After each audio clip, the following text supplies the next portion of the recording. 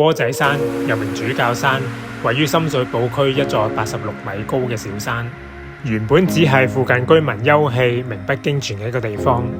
喺2020年12月嘅清拆計劃裏邊，市民開始關注呢度原來有一個1級歷史建築。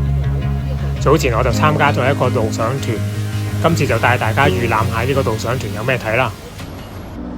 大家好，山藝凡今日嚟到石硤尾村呢度，咁今日我就參加咗呢個前深水埗配水庫嘅導賞團嘅，咁嘗試帶大家睇下呢個導賞團，睇下值唔值得嚟啦。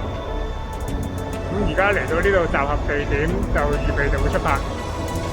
前往集合地點，首先會由石硤尾站嘅 A 出口出發，沿住窩仔街一直落到去行人過路線，途中會經過石硤尾村，係香港首個政府興建嘅公共屋邨。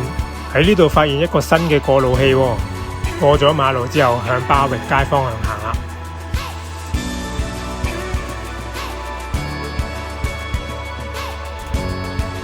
去到呢間小學嘅時候，過馬路轉左就會去到集合地點啦。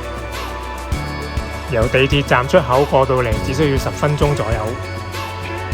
集合之後，導賞員就會開始講解今日嘅行程。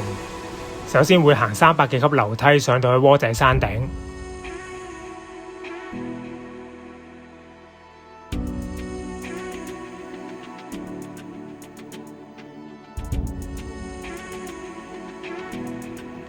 沿途你會發覺好多居民自發興建嘅休憩地方。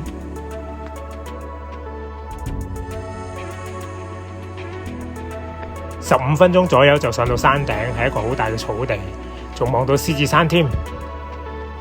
成個建築物已經被一個鋼架保護同支撐住，之後可以沿樓梯落到去配水庫嘅內部啦。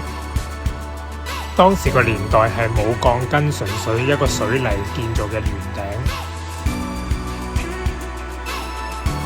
五角形嘅箭石下邊係用磚砌成嘅一個拱頂，再下邊係一個用花崗岩砌成嘅一個石柱支撐住上邊一個拱頂。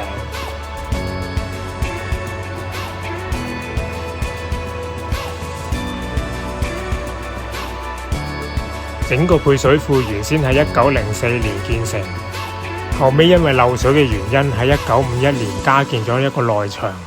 直徑大約收窄咗8米，大家仲可以親手感受下呢度使用嘅物料。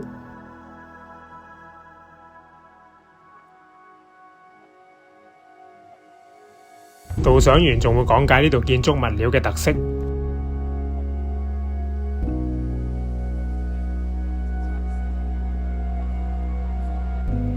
仲會了解到呢個配水庫結構嘅出入水機制。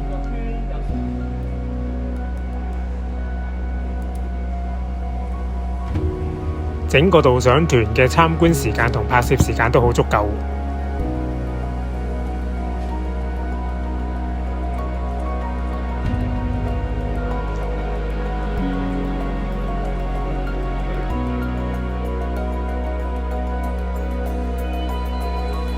喺出口嘅地方仲可以見到新舊兩幅牆嘅結構。